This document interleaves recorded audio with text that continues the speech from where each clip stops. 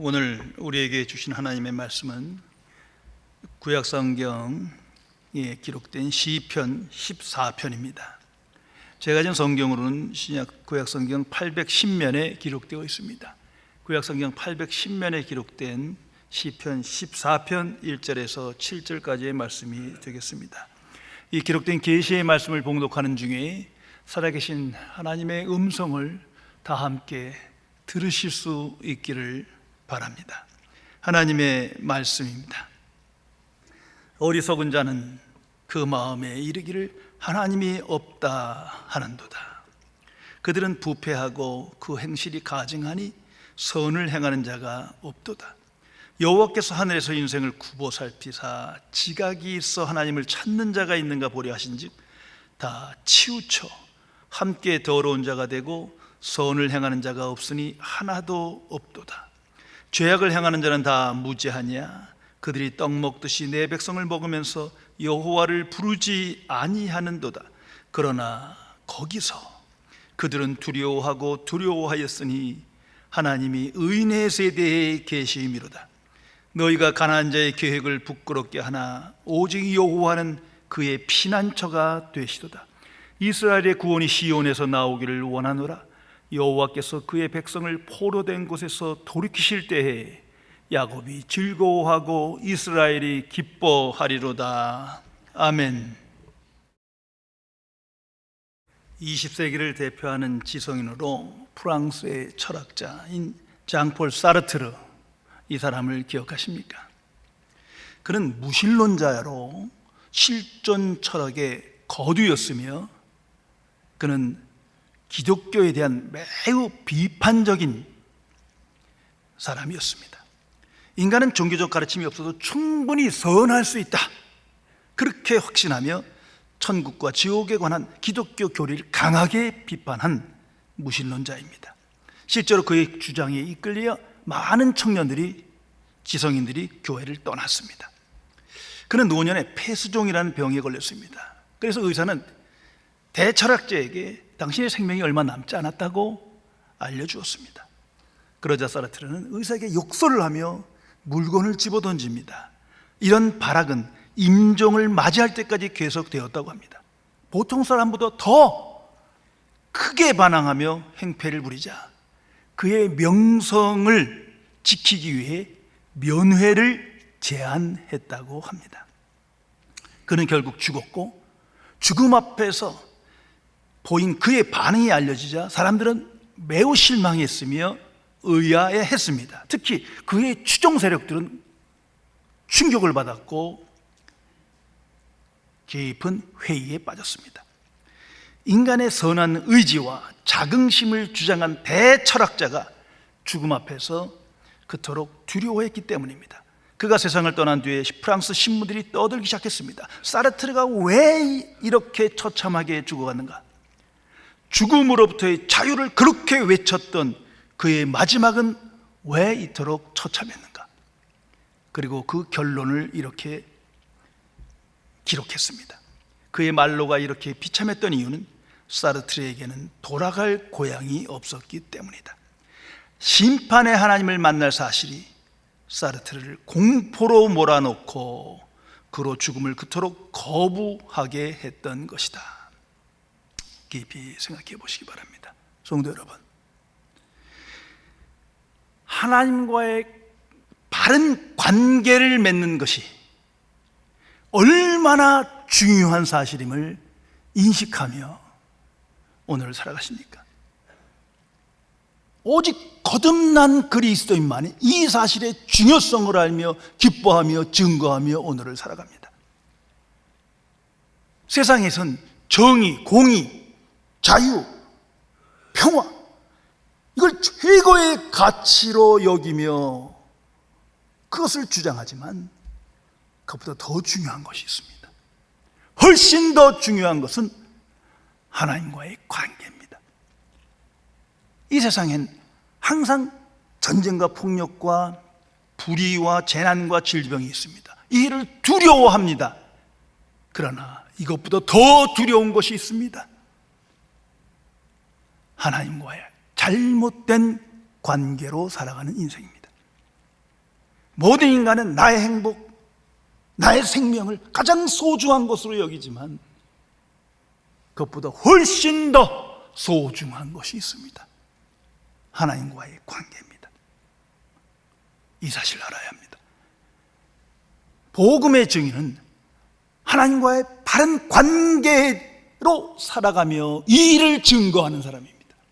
그래서 살아계신 그리스도를 믿고 따르며 주 안에서 하나님의 은혜와 사랑에 응답하며 살아계신 하나님을 증거하며 오늘을 살아갑니다.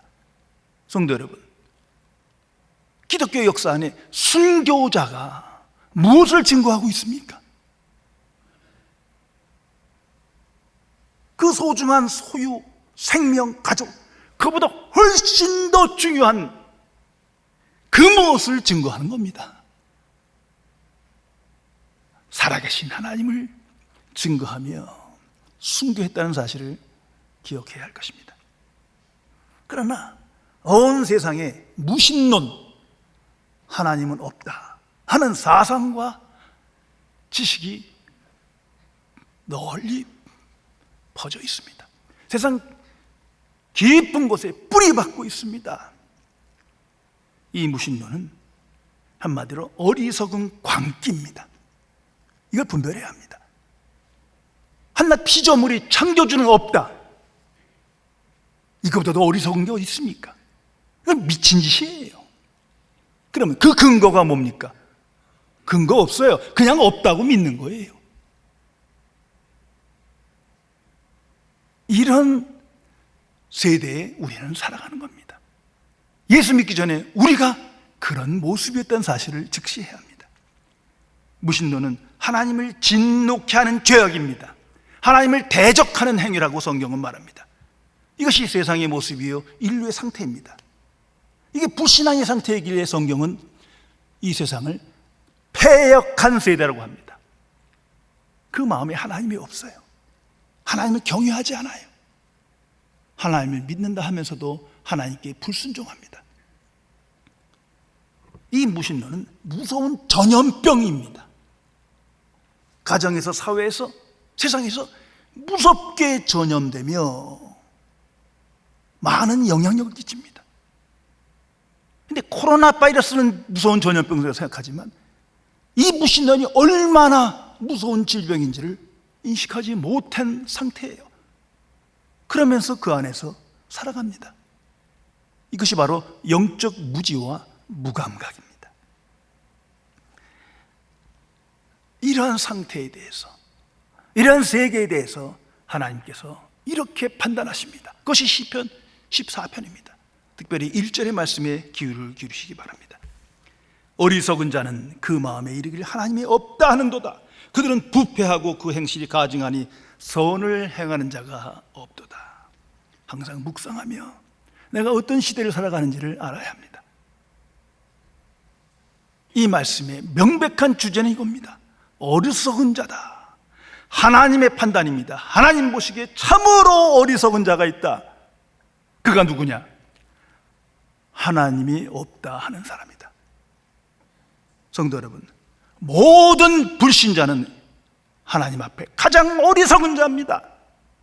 나는 이런 판단을 가지고 이런 생각에 이끌려 오늘을 살아가십니까? 그것이 중요합니다. 지식의 문제가 아니에요.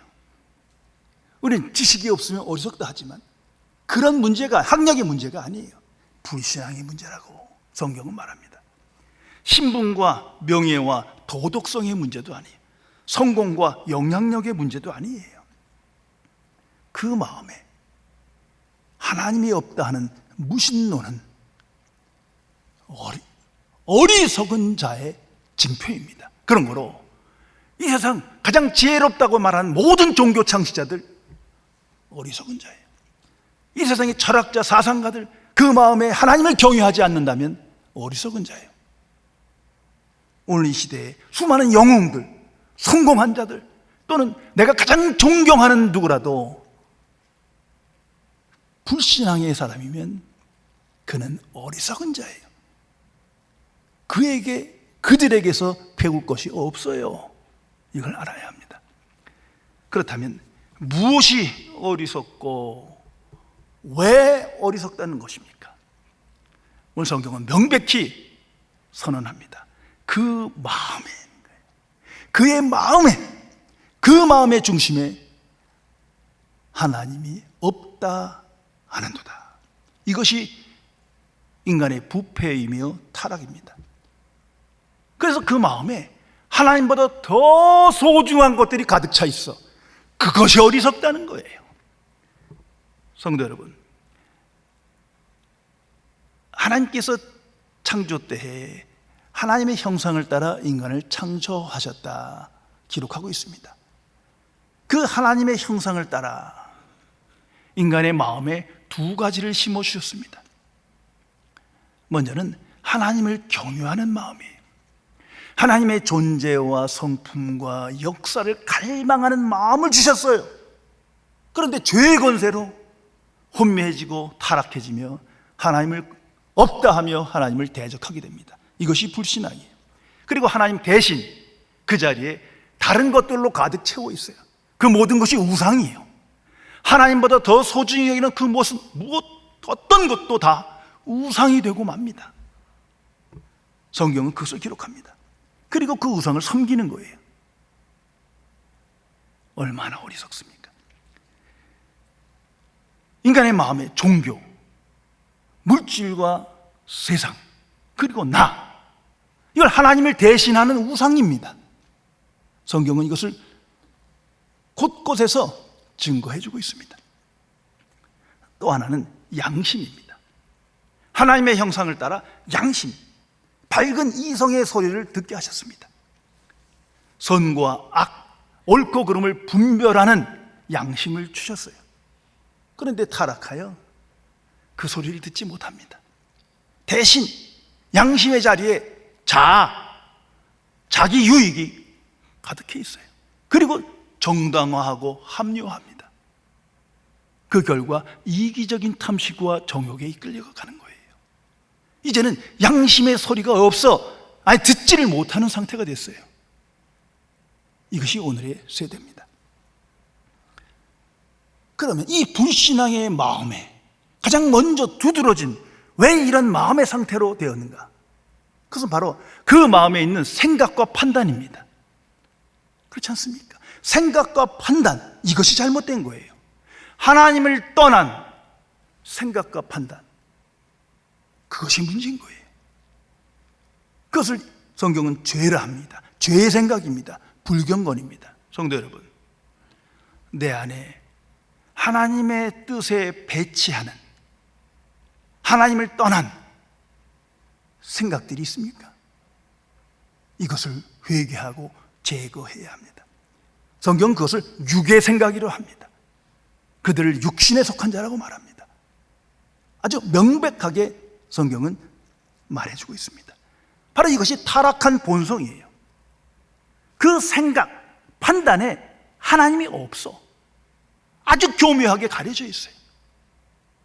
하나님께 불순종이에요. 불신앙 자체가 그 안에 있는 거예요. 그래서 죄에 대하여 무지하게 됩니다. 불신앙의 사람들을 보세요. 죄가 뭔지를 몰라. 죄의 결과에 대해 무지합니다. 영적 존재와 세계에 대해서 무지합니다. 대신 눈에 보이는 것만 따라가는 거예요. 세상, 물질, 그게 다예요. 그래서 어리석은 거예요. 이런 상태를 어둠이라고 성경은 말합니다. 빛이 왔으나 깨닫지 못해. 그만큼 어둡다는 거예요. 그런데 이런 상태를 알지 못하며 오늘을 살아갑니다. 참으로 어리석습니다. 잘 아신 대로 세상에는 항상 전쟁, 폭력, 불의, 불평등, 재난, 질병들이 존재했습니다. 이 불신앙의 생각과 판단을 가진 사람들은 왜 이런 일이 일어나고 어떻게 해야 해결할지를 알지 못해요. 항상 부분적인, 일시적인 해결책만을 찾을 뿐이에요.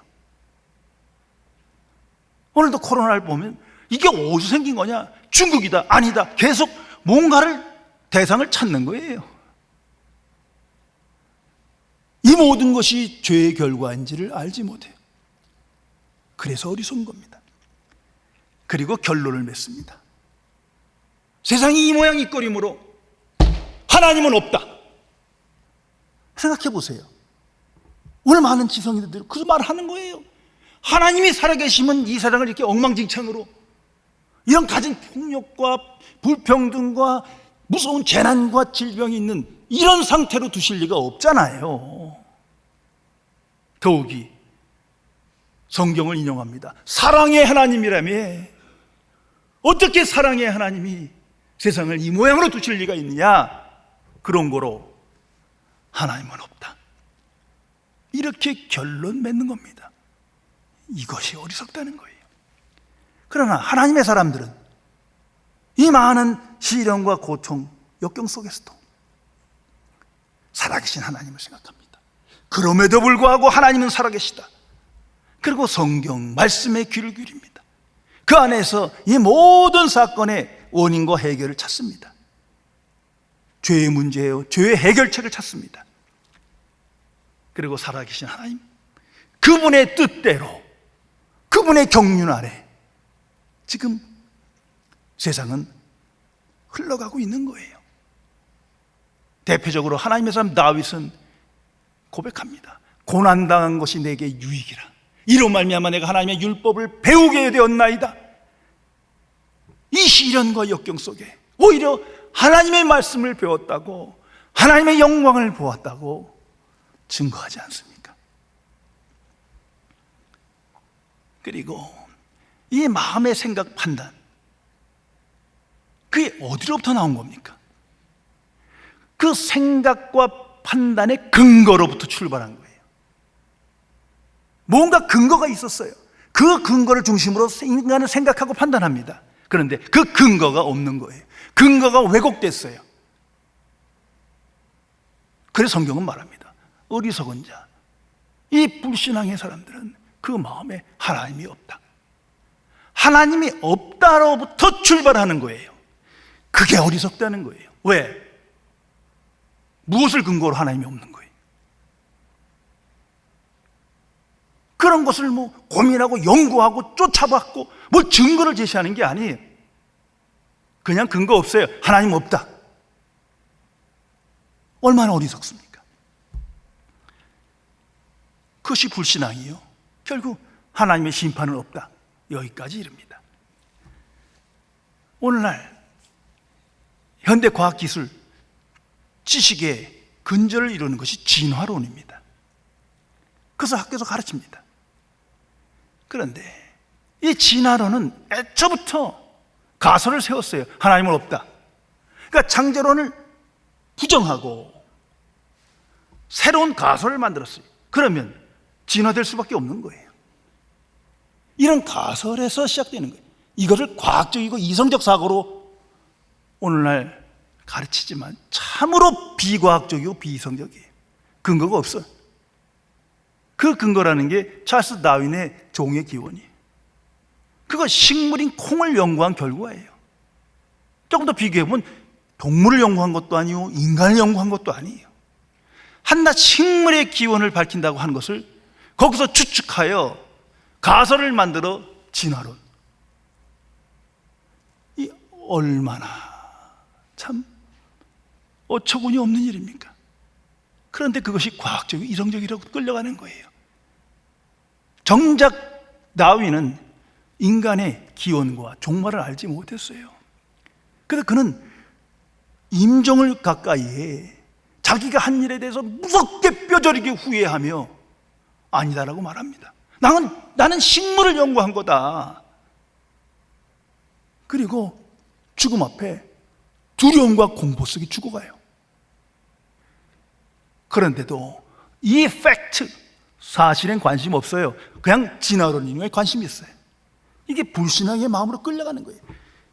기본적으로 모든 생각과 판단의 시작이, 근거가 하나님 없다 해서 출발했기 때문이에요. 오늘 성경은 우리에게 그걸 알려줍니다. 그러니까 마치 이와 같아요. 내가 어떤 나쁜 사람을 만나서 나쁜 경험을 했어요.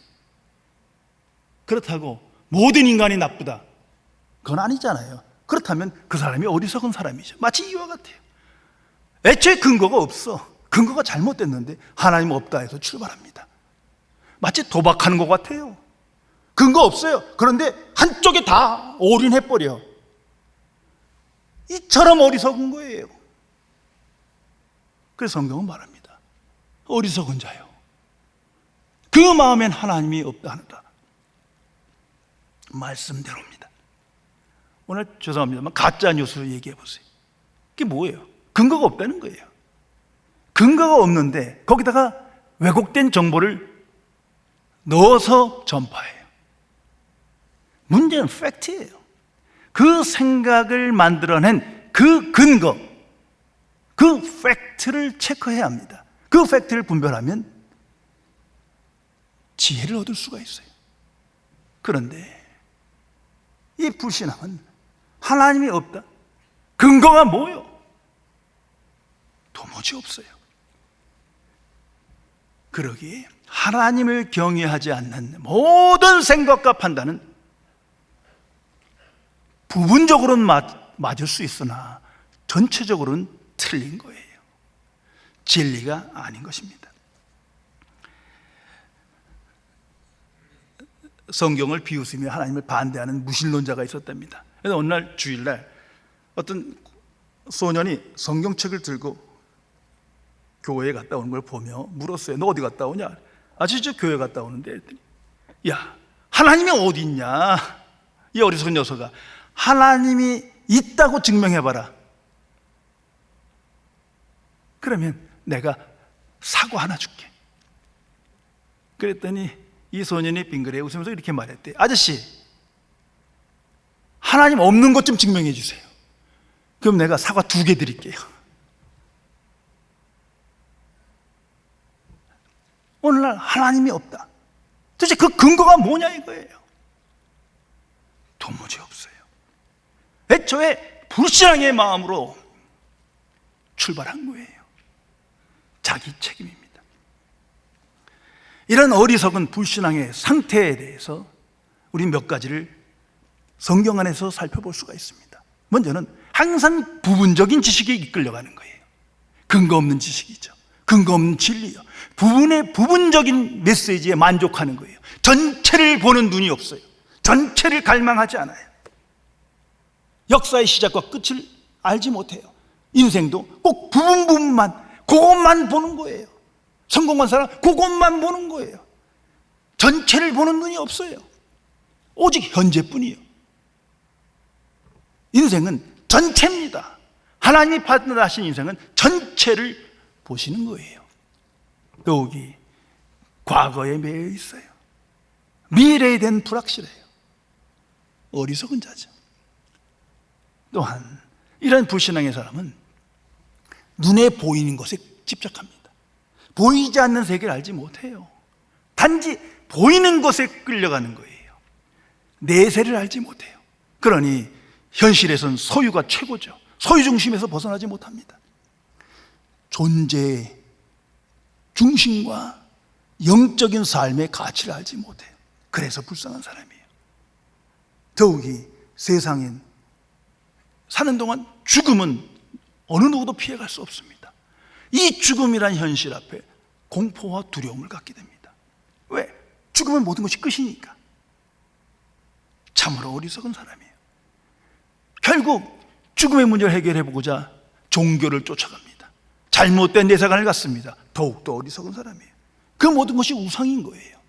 예수님은 이런 상태에 대해서 아주 쉬운 비유를 한마디 우리에게 주셨어요. 어리석은 부자의 비유. 너가 보면 12장에 기록되어 있습니다. 한 부자가 많은 소출을 놓고 이제부터 평안히 살자, 먹고 마시고 즐거워하자. 하나님께서 말씀하셨습니다. 이 어리석은 자예요. 오늘 밤 네 영혼을 취하면 그 많은 소유가 네 것이 되겠느냐. 어리석은 자는 이와 같다는 거죠.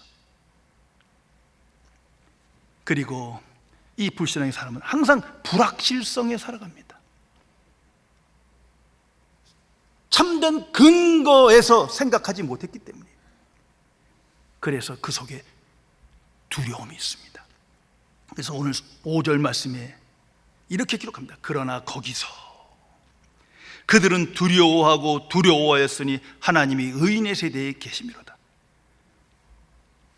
불안과 걱정과 근심과 두려움 속에 살아갑니다. 성경 말씀 보세요. 거기서, 이 거기가 어디입니까? 하나님 없다 하는 세상에서 하나님을 느끼니 두려운 거예요. 거기서 심판 없다 하는 데서 자기의 인생의 책임을 생각하니 두려운 거예요. 거기서 두려움은 없다. 거기서 두려움을 느낍니다. 이게 하나님의 방식이에요. 마치 기성인인 사르트르와 같은 비참한 인생으로 끝을 내게 됩니다. 성도 여러분, 실존 철학자이면서도 하나님의 사람으로 우리에게 많은 교훈을 주는 키에르케고르라는 인물이 있습니다. 이분이 종말에 대한 아주 재미난 이야기를 우리에게 들려줍니다. 관객이 가득 차 있는 어느 극장에 뒤에서 불이 났어요. 그러니까 극장 주인이 이 사실을 갑자기 알리면 막 아수라장이 되고 혼란이 있을 것 같아서 조용히 관객들을 대피시켜야 되겠다 생각을 합니다. 그리고 행한 일이 배우 중에 가장 인기 있는 배우를 불러서 자초정을 말한 다음에 지금 온 관객들이 지금 이 연극에 온통 정신이 팔려서 이 불이 난 상황을 모르는데 지금 이 사실을 잘 설명해줘서 그들이 침착하게 극장에서 대피할 수 있게 좀 인도해달라고 이렇게 사명을 준 거예요. 이 배우가 큰 사명을 갖고 부담을 느끼지만 가서 자 설명합니다. 이러저러해서 큰 불이 났으니까 조용히 우리 질서 있는 대로 나가야 합니다. 근데 관객들이 박수를 치더래. 이게 사실이 아니고 연극으로 생각하는 거예요. 그래서 정말 그게 아니라고 지금 저 뒤에서 불이 났으니까 큰일 났으니까 조용히 한 사람씩 대피해야 합니다. 더욱더 열심히 박수를 치더래요. 어떻게 됐겠습니까? 결국 불로 인해서 시간이 지나자 극장이 무너져 내렸고 그제의 사람들은 허둥지둥 아우성을 치며 빠져나려가 했지만 때는 늦었다는 거예요. 이 불신앙의 사람들이 마치 이 극장 안에 있는 관객들과 같다는 겁니다. 참으로 어리석은 사람들입니다. 성도 여러분, 이런 불신앙의 세대, 패역한 세대를 아시고 하나님께서 행하신 일이 있습니다. 아들 예수 그리스도를 이 땅에 보내신 겁니다. 그 목적은 하나님을 증거하는 거예요. 하나님을 계시하는 거예요. 살아계신 하나님, 하나님의 존재와 역사, 성품에 대하여 성경에 기록된 모든 것은 참으로 옳도다.